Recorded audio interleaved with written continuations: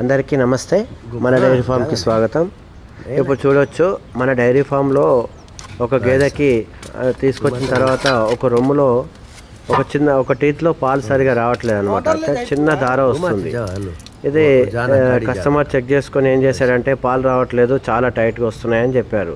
దీనికి సులభమైన పద్ధతిలో మనమే చేసుకునే విధంగా ట్రీట్మెంట్ ఉంది।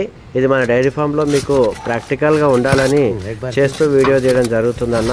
ఎందుకంటే ఈ చిన్న ప్రాబ్లమ్స్ తోని కూడా గేదెలు మనకి పాడైపోతాయి అన్నమాట। అసలు పాలే రావట్లేదు దాంట్లో। ఎట్లా అంటే సన్న దార, అంటే ఒక రొమ్ములో 1 లీటర్ పాలు తీయడానికి ఒక 5 నిమిషాలు పట్టింది అన్నమాట। కాబట్టి ఇప్పుడు ఇది చూడండి, దీన్ని కలం అంటాం మనం। ఇది డాక్టర్లు కూడా చేస్తారు, మనం కూడా 17 సంవత్సరాల నుంచి అనుభవం ఉంది కాబట్టి మనమే దగ్గరుండి మన వర్కర్స్తో దగ్గరుండి చేయించడం జరుగుతుంది। అందరికీ వీలైతేనే ఇటువంటి ప్రాబ్లమ్స్ ఉంటే ట్రీట్మెంట్ చేయాలి। చాలా మళ్ళీ వేరే విధంగా చేస్తే గేదె పాడే అవకాశం ఉంది।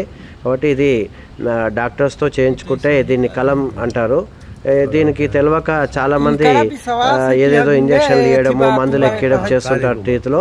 అలా చేసారనుకోండి ఆ రొమ్ము కూడా పాడైపోయి మీకు ఆ టీత్ పోయే అవకాశం ఉంటుంది। కాబట్టి దయచేసి ఎవరైనా ప్రాబ్లమ్స్ అనేది కామన్ అన్న డైరీలో, ఈ చిన్న ప్రాబ్లమ్స్ కూడా మనం తెలుసుకోలేకపోతే డైరీలో రైతు చాలా నష్టపోతాడు। అందుకే మీ గురించి మన శ్రీలక్ష్మి డైరీ ఫామ్ నుంచి ఎవరికి గేదెలు ఇచ్చినా ఏ చిన్న ప్రాబ్లం వచ్చినా కూడా నేను చూపించడం జరుగుతుంది। చూడండి దానికి ఎంత మాంసం వస్తుంది అనమాట, ముంగట ఆ నరంగా మాంసం పెరిగిపోతుంది, దానివల్ల గేదె పాలు రావడం ఆగిపోతాయి ఆ టీట్లో। అది చిన్న ప్రాబ్లం, దాన్ని మనం తీసేస్తే రొమ్ము క్లియర్ అయిపోయింది।